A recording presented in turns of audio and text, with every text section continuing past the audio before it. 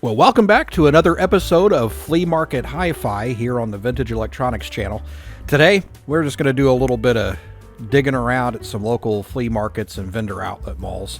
You never really know what you're going to find. In this one, I stopped to look at the albums, but then this kind of caught my eye. I always try to look at bags of old home recorded cassettes because, you know, nowadays the Type 2 and Type 4 cassettes, if they're new old stock, are super expensive.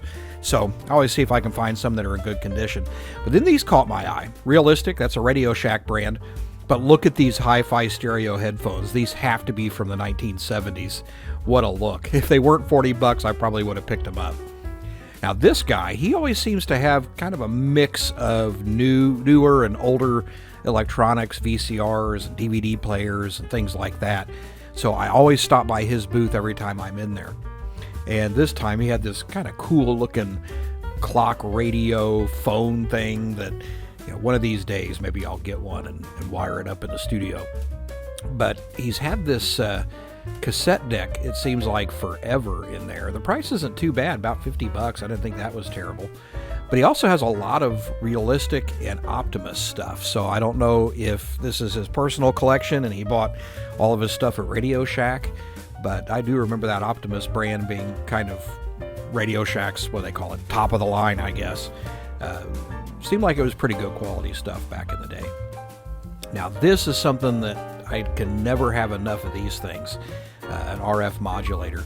So I saw this one. It was in a metal case. It felt pretty good quality, and it used just a regular mains plug. It didn't have a wall wart adapter or anything like that. So I figured for the money, I'll go ahead and take this one with me. So we'll keep taking a look here. Of course, you have all the movies like always. It seems like there's DVDs and VHS tapes everywhere. And then this kind of caught my eye. I love the 70s aesthetic of these old 8-track players. There is something about the way they put these things together that just really pleases my soul. And this one actually pulls apart and into 2 speakers, which I thought was kind of neat. Don't need it though. Got to watch my space in the studio. And then what's this over here? Of course, Atari 2600. Those things are everywhere. Old reel-to-reel machine. But what's this? At first, I thought it was an answering machine, but it was actually a memo scriber. So I assume that's an old cassette device for dictation and things like that, for transcribing the notes. Thought it was neat. Don't really need one, so I left it where it is. And who can resist a whole bunch of sliders and knobs? Well, not me, so I had to go take a look at this one. Now, this was something else that caught my eye. I've been looking for a nice CRT television for a while. This one, real dirty, not in the best shape, and it's a black and white set, and I really don't need a black and white monitor. This one looks like it's only RF, so there are no baseband inputs or anything like that, just your antenna jacks. So not really what I was looking for. Kind of a neat TV for the price. I'm sure somebody will give it a good home. I just got a kind of a kick out of this, so I had to capture it. It really is dead people stuff. Now, amongst all the toys and everything, came across this flight stick, and I've been kind of looking for one. The price was pretty decent on it. It was a Thrustmaster, which I remember back being not a terrible brand.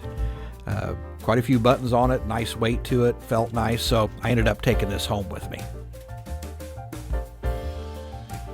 This is something else I should have taken home. One of these power switch units for old computer system. You can set your monitor on top of it. Ended up leaving that there. And of course, look at all of the Atari games. You can still pick these up for a couple of dollars a piece. And a bunch of games I recognize from being a kid. Missile Command, Pole Position, used to play that one all the time.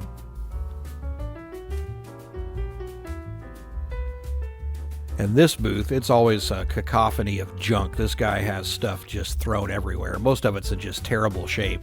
I've really never found anything I'd wanted to buy from there, but it doesn't stop me from tripping over everything just to see if there's anything new. Looks like this time a bunch of old cameras and stuff. Looks like an old a bunch of old projectors and things like that, dirty toys. I mean, this is one of the nastier booths that I end up finding. Now, this leakage tester, kind of neat, but again, I don't need it. Now, this was pretty nice, but it's a JVC graphic equalizer. And yes, it's impressive looking. It has a bunch of bands on it, but I think that guy's way high on his price, like $180. Now this, $86, is a DBX unit. I actually have a few of these in my collection, and they're great. You can listen to DBX discs or use it on your open reel tapes or your cassette tapes. Now, it wasn't just Europe that had nasty, cheap stereo systems. This one is an Optimus, which I believe is a Radio Shack brand, and it's pretty cheap and nasty.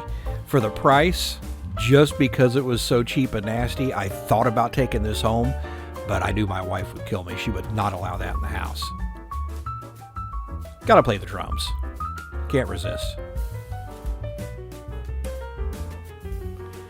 Yeah, just a bunch of junk, really. Nothing that really caught my eye in this booth.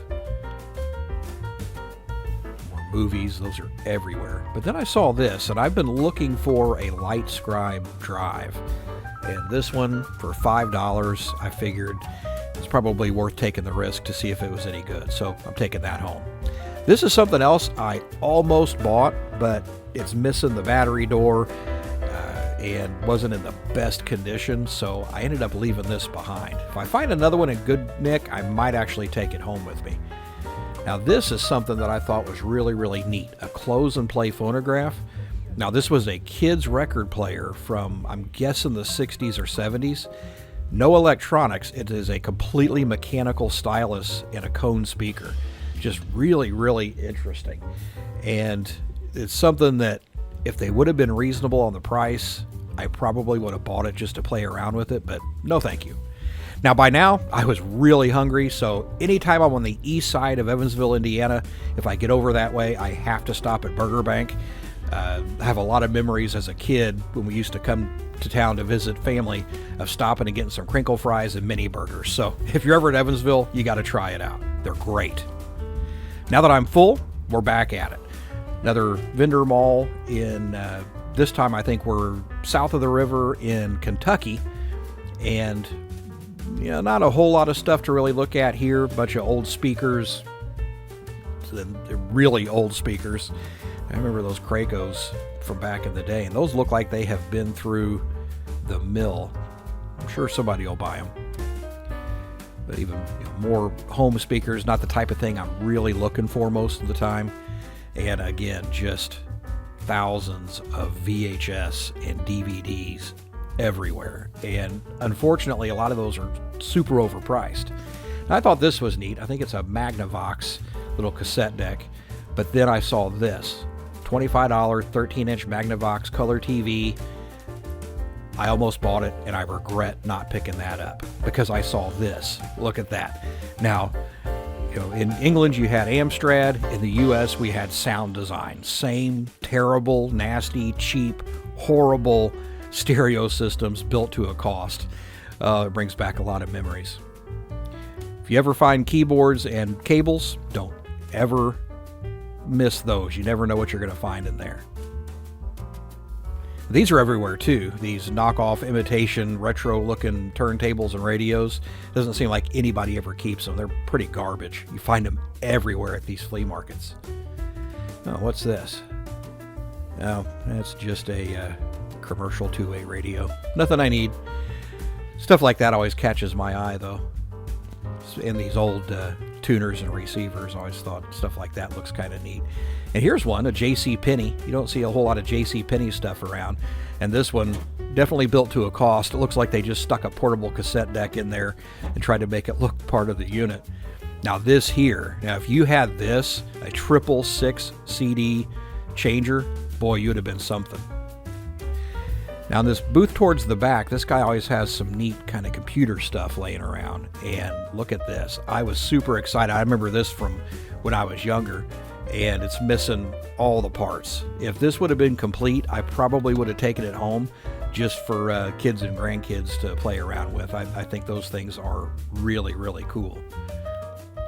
On the back wall, just a bunch of old keyboards and stuff. Nothing really caught my eye back here. And then I saw this light-on DVD drive, and it looks like it's not new in box, but pretty close. Ended up leaving that there. Don't really need another drive, and I don't need a bunch of flat screen monitors either. Then here amongst this pile of stuff, I wonder what that is. Oh, it's a Library of Congress, the National Library for the Blind. It's one of those book readers. And I got really excited thinking it was a cassette version or another cartridge, and nope, it is digital of some sort. It looks like a USB jack in there. Had it been a tape-based system, I probably would have picked that up. And here's something that'll bring back memories for some of you. A Pluto record player. That brings back some memories. I had a Mickey Mouse one. I didn't have Pluto. But the thing I really like about that is look at that tone arm. It's shaped like a dog bone. That has got to be one of the coolest things in the world. If I had more space or a museum to put stuff in, I probably would have taken that home just because I think it's neat looking. Here's another one. We had talked about sound design. Here's a sound design portable cassette deck. Looks like a pretty early one because the style of that just reminds me of something from the late 60s or early 70s. I'm not sure when they started, but I went ahead and left that there. I don't need another one of those. But check this out. A bunch of drives. Now, I have been looking forever for a DVD RAM cartridge drive. I used to have one. I got rid of it years ago, and I have been looking diligently everywhere I go for one, and I cannot find a DVD RAM cartridge drive that's not insanely expensive. So I look every time I go. Got to look through all the peripherals and add-ons and stuff like that too. You never know what you're going to find for your vintage computing stuff. Then I came across this, an old Dell Dimension L733R. It's a Pentium 3, Windows 2000, Millennium Edition tower computer. Looked like it was in pretty good condition. So I started looking over that, and I could not find a price tag anywhere. And this guy is bad about that a lot of times, putting stuff out there, stuff that I'd like to get, and there's no price tag. And I was at the end of the day, I've been out all day looking through flea markets. I was worn out, and I just didn't feel like going up to the front desk and asking them to call the guy. I'll take my chances, but if I can find it, it'll be mine. Well, I think that's it for episode 5 of Flea Market Hi-Fi. Hope you guys enjoyed it. Make sure you like and subscribe, comment below, and we'll see you next time.